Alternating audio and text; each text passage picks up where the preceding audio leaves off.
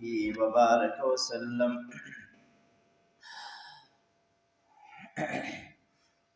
أما بعد، أعوذ بالله من الشيطان الرجيم. بسم الله الرحمن الرحيم. إن الله وملائكته يصلون على النبي يا أيها الذين آمنوا صلوا عليه وسلموا تسليما. اللهم صل على سيدنا ونبينا ومولانا محمدا عبده ورسوله. قال الله تبارك وتعالى في القرآن المجيد: أعوذ بالله من الشيطان الرجيم. قل إن كنتم تحبون الله فاتبعوني يحببكم الله. قال النبي صلى الله عليه وسلم: يا معاذ لا تشرك بالله شيئا وإن قتلت أو حرقت، أو كما قال النبي صلى الله عليه وسلم: يا رب صل وسلم دائما أبدا على حبيبك ومحبوبك خير الخلق كلهم. اللهم صل على محمد وعلى آل محمد كما صليت على إبراهيم وعلى آل إبراهيم إنك حميد مجيد. درود شریف پڑھیں. اللهم صل على محمد وعلى آل محمد كما صليت على إبراهيم وعلى آل إبراهيم إنك حميد مجيد. معیار محبت امام الانبیاء صلی اللہ علیہ وسلم سے عشق و محبت کا دعویٰ ہمارے اندر اکثر بیشتر پایا جاتا ہے. ہم سب یہی کہتے ہیں کہ میں عاشق رسول ہوں، اور محبت رسول ہمارے ایمان کا جز ہے، اور یقیناً جز ہے. صرف جز نہیں، ایمان ہمارا کامل تبھی ہے جب محمد الرسول اللہ صلی اللہ علیہ وسلم سے ہماری محبت ہو. امام الانبیاء صلی اللہ علیہ وسلم سے محبت کامل کیسے ہو سکتی ہے؟ کیا صرف ہم نعرہ لگائیں، صرف ہم دعویٰ کریں، یا صرف ہم باتیں کریں اسی سے محبت پوری ہو جائے گی؟ اللہ رب العزت نے قرآن کے اندر فرمایا: قل، اے میرے محبوب آپ فرما دیجئے. کیا فرمائیں؟ ان کنتم ان شرطیہ ہے. ان کنتم تحبون اللہ، اگر آپ اللہ سے محبت کرنا چاہتے ہیں تو پھر فاتبعونی، سب سے پہلے محمد مصطفیٰ کی اتباع کریں. اللہ سے محبت پیغمبر کی اتباع کے بغیر نامکمل ہے. ہم جو کچھ بھی کریں، ہم جو کچھ بھی کہیں، یہ اسی طرح ہی دعوے ہیں جس طرح ایک بیٹا اپنے باپ کے لیے کہہ دے کہ میری باپ سے محبت ہے، میں باپ کے لیے مر مٹتا ہوں، باپ جو کہے گا میں کروں گا، باپ جو کام کرے بتائے گا میں کر گزروں گا. لیکن باپ کہتا ہے کہ بیٹا پانی تو پلا دو، وہ کہتا ہے بابا جان ابا ضرور ہیں، قابل احترام ضرور ہیں، سب کچھ ضرور ہیں، لیکن پانی نہیں پلاؤں گا. بتاؤ محبت ہے؟ کبھی نہیں ہو سکتی محبت اس بیٹے کی. پانی نہیں پلا سکتا، اس کی عزت نہیں کر سکتا، اور اس کی بات نہیں مان سکتا، تو پھر کاہے کے نعرے ہیں تمہارے؟ اسی طرح آج ہمارا معاملہ بھی اسی طرح بن چکا ہے. آج ہم نعرے بڑے لگاتے ہیں: میں عاشق رسول، میں محمد مصطفیٰ کا غلام. سب کہتے ہیں، جس سے بھی پوچھو وہ یہی بات کرتا ہے: میں تو پیغمبر کا غلام ہوں. اور جب اس سے پوچھیں کہ بھائی آپ نے نماز پڑھی ہے؟ کہتے ہیں نہیں پڑھی. آپ نے کھانے سے پہلے بسم اللہ پڑھی ہے؟ کہتے ہیں نہیں پڑھی. آپ نے داڑھی رکھی ہے؟ کہتے ہیں نہیں داڑھی رکھی. آپ نے محمد مصطفیٰ کی فلاں سنت پوری کی ہے؟ نہیں کی. آپ نے شادی پیغمبر کی طریقے پہ کی ہے؟ کہتے ہیں نہیں کی. آپ صلی اللہ علیہ وسلم کے طریقے کون سے اپنائے ہیں تم بتاؤ؟ اتنا بڑا نعرہ لگایا اور پیغمبر کے طریقے پہ نہیں چل رہے. کیسے عشق رسول ہے؟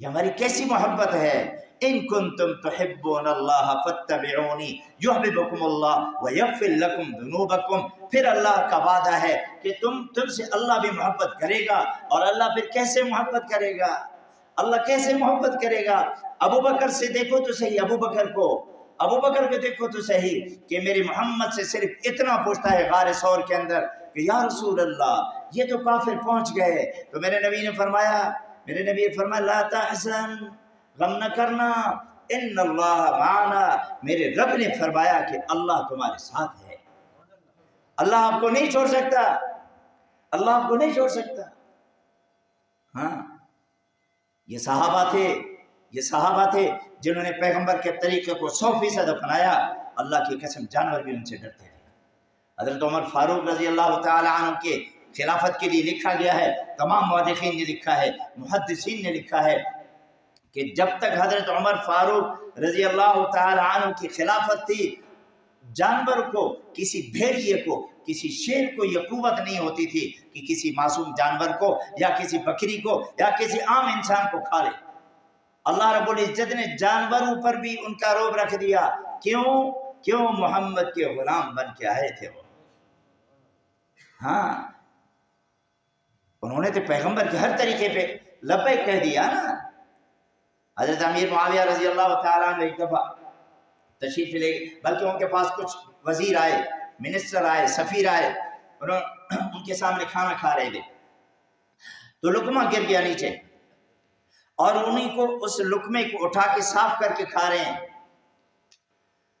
تو کسی نے کان میں کہا کہ حضرت تمام بڑے بڑے لوگ بیٹھے ہوئے ہیں، تھوڑا سا احتیاط کریں. کیا فرمایا؟ قربان جاؤں ان پر. فرمایا کہ میں محمد مصطفیٰ صلی اللہ علیہ وسلم کے طریقے کو ان کتوں کی وجہ سے چھوڑ دوں؟ میرے نبی نے فرمایا جو لقمہ تمہارا اپنے ہاتھ سے گرتا ہے اور پھر اٹھا کے صاف کر کے کھا لیتے ہو، اللہ کی قسم قیامت کے دن یہ لقمہ تمہارے لیے شفاعت کرے گا. ہاں، اور آج ہم کہتے ہیں نہیں چھوڑ دو، رہنے دو. نبی کی سنتوں میں بڑا مزہ. تو حضور صلی اللہ علیہ وسلم کی نصیحتوں کے بارے میں بتا رہا ہوں. حضرت معاذ بن جبل رضی اللہ تعالیٰ عنہ بیٹھے ہوئے تھے، کہنے لگے یا معاذ لا تشرک باللہ، اللہ کے ساتھ شریک نہ کرنا، کسی کو شرک نہ کرنا. ان الشرک لظلم عظیم. یہ عظیم کا لفظ جو ہے نا، عظیم کا لفظ دو جگہوں کے لیے آیا ہے، یا شرک کے لیے آیا ہے یا بہتان کے لیے. سبحانک ھذا بہتان عظیم، سبحانک ھذا بہتان عظیم. جو ہم بہتان لگاتے ہیں، جو ایک دوسرے کو لے ڈاؤن کرنے کی کوشش کرتے ہیں، اس کے بارے میں قرآن نے فرمایا سبحانک ھذا بہتان عظیم، یہ بہت بڑا گناہ ہے. لا تشرک باللہ، یا معاذ شرک نہ کرنا. وَإِن قُتِلْتَ أَوْ حُرِّقْتَ، اگرچہ آپ کو جلایا جائے، اگرچہ آپ کو ٹکڑے ٹکڑے کر دیا جائے، مشرک نہ بننا. آج ہم تھوڑی تھوڑی باتوں پہ جو ہے شرک کر بیٹھتے ہیں، کہتے ہیں کیا کریں ابھی. کبھی قبر کا سجدہ، کبھی قبر والے سے مانگ رہے ہوتے ہیں، کبھی ان سے بیٹا مانگ رہے ہوتے ہیں، کبھی ان سے جناب صحت مانگ رہے ہوتے ہیں. بیٹا نہیں، وہ بیٹا کہاں سے لائے گا؟ بیٹا تو اللہ دینے والا ہے. یہب لمن یشاء اناثا ویہب لمن یشاء الذکور. قرآن نے فرمایا یخلق ما یشاء، یخلق ما یشاء. اللہ کی مرضی ہے، اللہ کی مرضی ہے، اللہ کی مرضی ہے. اور یوں کہتا ہے انما امرہ اذا اراد شیئا ان یقول له کن فیکون. اللہ سے ارادہ کرتا ہے کن فیکون، ہو جا وہ ہو جاتی ہے. تو پھر اللہ کے علاوہ کسی کے پاس جانے کی ضرورت کیا ہے؟ ہم کیوں دوڑ رہے ہوتے ہیں؟ دوسری نصیحت فرمائی حضرت معاذ کو، یا معاذ ولا تعقن لوالدیک، میں نصیحت کر رہا ہوں تمہیں، والدین کی کبھی نافرمانی نہ کرنا. نافرمان بیٹا کبھی کامیاب نہیں ہو سکتا. اور ایک حدیث میں نے کچھ دن پہلے پڑھی تھی، میرے نبی نے فرمایا 2 گناہ ایسے ہیں، بلکہ 3 گناہ ایسے ہیں جن کی سزا دنیا میں ملتی ہے. ہائی لائٹ کر دیے میرے نبی نے، اور توجہ سے سمجھنا. میرے نبی نے فرمایا ماں باپ کا نافرمان، ان کو سزا دنیا میں ملے گی. ماں باپ کے نافرمان کو دنیا میں سزا ملے گی، آخرت میں الگ. نمبر 2، جو پرائی عزتوں کو لوٹتا ہے، کسی کی عزت کو لوٹتا ہے اللہ اس کی عزت کو لٹوائے گا، بدکاری کرے گا اللہ اس کے ساتھ ایسا کروا کے پھر مارے گا اس بندے کو۔ اور تیسرے نمبر پہ جو ظالم ہے، اللہ ظالم نہیں، وما ربک بظلام للعبید، اللہ کسی کے ساتھ ظلم نہیں کرتا، وہ کافر کے ساتھ بھی ظلم نہیں کرتا۔ یہ انسان ہے جو ظالم ہے، جو قرآن نے کہا انہ کان ظلوما جہولا، یہ ظالم بھی ہے اور جاہل بھی ہے۔ ظالم کو بھی اللہ رب العزت دنیا کے اندر سزا دے دیتا ہے۔ ہم کہتے ہیں نا اچھا قیامت میں دیکھیں گے، وہ ظلم کس طرح کا؟ صرف قتل ظلم ہے، صرف چوری ظلم ہے، کسی کے دل کو ٹکڑے ٹکڑے کرنا یہ بھی بڑا ظلم ہے، کسی کی عزت کو خراب کرنا یہ بھی بڑا ظلم ہے۔ ہاں، کسی کی بیٹی کی عزت خراب کرنا، بیوی کی عزت خراب کرنا، پڑوسی کی عزت خراب کرنا، یہ سب سے بڑا ظلم ہے۔ ہم نے ظلم کو صرف قتل کہہ دیا۔ ناپ توڑ میں کمی بیشی یہ ظلم ہے، گالی دینا بڑا ظلم ہے، غیبت کرنا ظلم ہے، بہتان لگانا ظلم ہے۔ خیال کریں زندگی ہم صحیح گزاریں۔ میرے نبی نے فرمایا یا معاذ لا تترکن صلاۃ، نماز کبھی بھی نہ چھوڑنا، نماز نہ چھوڑنا۔ آج مسجد ویران ہے، مجھے کام ہے، مجھے سینئر نے بلایا، مجھے فلاں نے بلایا۔ اللہ سینئر نہیں ہے، اللہ کی کوئی حیثیت نہیں ہے۔ حضرت علی سے پوچھا گیا، علی اتنا جوش میں آ جاتے ہیں جب اذان ملتی ہے، آپ اتنا تیزی سے جاتے ہیں اور روتے ہوئے جاتے ہیں، اور حضرت علی کا چہرہ مبارک لال ہو جاتا تھا جب ادھر اذان ہوتی تھی اللہ اکبر اللہ اکبر، بس حضرت علی ہر کام کو چھوڑا، وہ گئے کہ احکم الحاکمین نے بلایا ہے، وہ ناراض نہ ہو جائے، قیامت کے دن میں اللہ کو کیا جواب دوں گا۔ ارے وہ احکم الحاکمین ہے،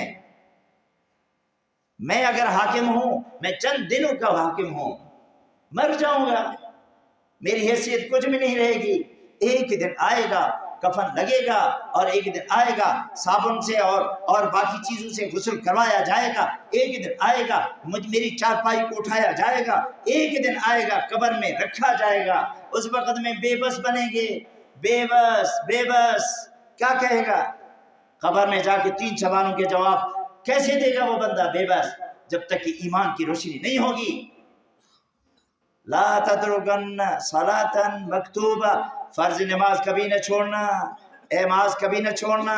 فإن من ترک صلاۃ مکتوبۃ، میرے نبی نے فرمایا کہ اگر تم نے فرضی نماز چھوڑ دی متعمدن، اور جان بوجھ کے چھوڑی، ایک تو ہوتا ہے نا چلو ٹھیک ہے انسان ہے، سفر میں ہے، کبھی بیمار ہے، کبھی ایسی حالت میں انسان ہے، کبھی تاخیر ہو گئی، میرے نبی نے فرمایا اگر تم نے فرض نماز اگر متعمدن جان بوجھ کے چھوڑی ہے، فقط بریت منہ ذمۃ اللہ، اللہ کے ذمے سے چلے جاؤ گے۔ آج ہم اللہ کے ذمے ہیں، رات کو سوتے ہیں نا، باہر جا کے نیچے جو سوتے ہیں نا، کبھی چیونٹی آئی ہے ناک میں، کبھی کان میں آئی ہے، اللہ کے ذمے ہیں۔ میرے نبی نے فرمایا کہ اللہ رب العزت تمہاری حفاظت کر رہا ہوتا ہے۔ میں نے اپنی آنکھوں سے دیکھا، اللہ کی قسم کہہ کے کہہ رہا ہوں کہ ایک بندے کے نیچے سانپ لیٹا ہوا تھا، اس کو اجازت نہیں تھی کہ وہ بندے کے سر پہ ڈنگ مارے، میرے رب کی اجازت نہیں تھی۔ فقط بریت ذمت اللہ کے ذمے سے ہٹ جاؤ گے، اللہ کا ذمہ نہیں رہا تو کیا بنے گا؟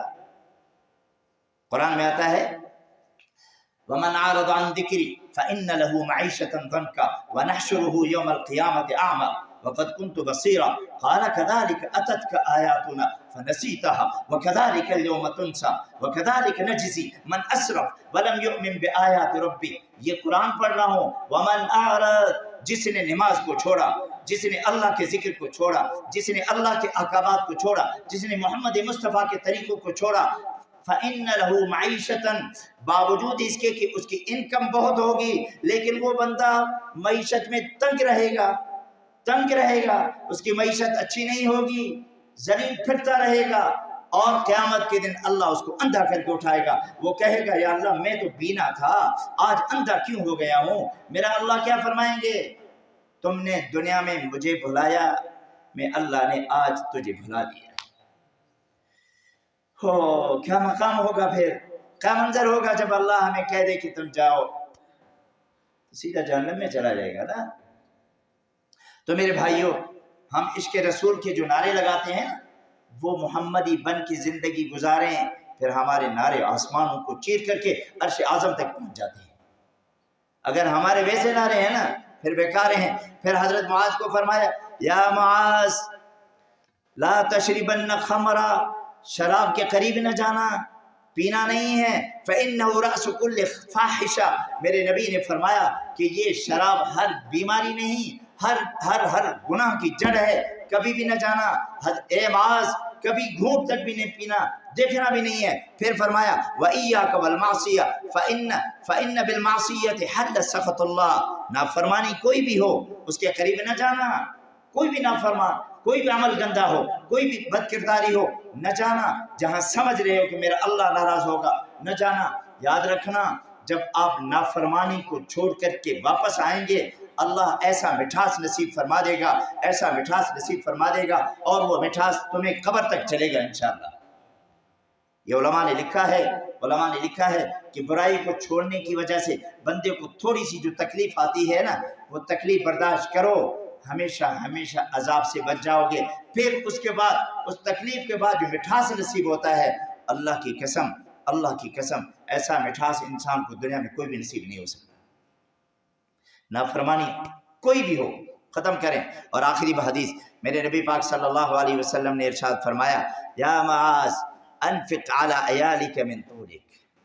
فرمایا کہ معاذ جو اللہ نے جتنا اللہ نے دیا ہے، جو اللہ رب العزت آپ کو رزق دے رہا ہے، جتنا دے رہا ہے اس پہ راضی بھی رہو اور اپنے اہل عیال پہ خرچ کرتے رہو.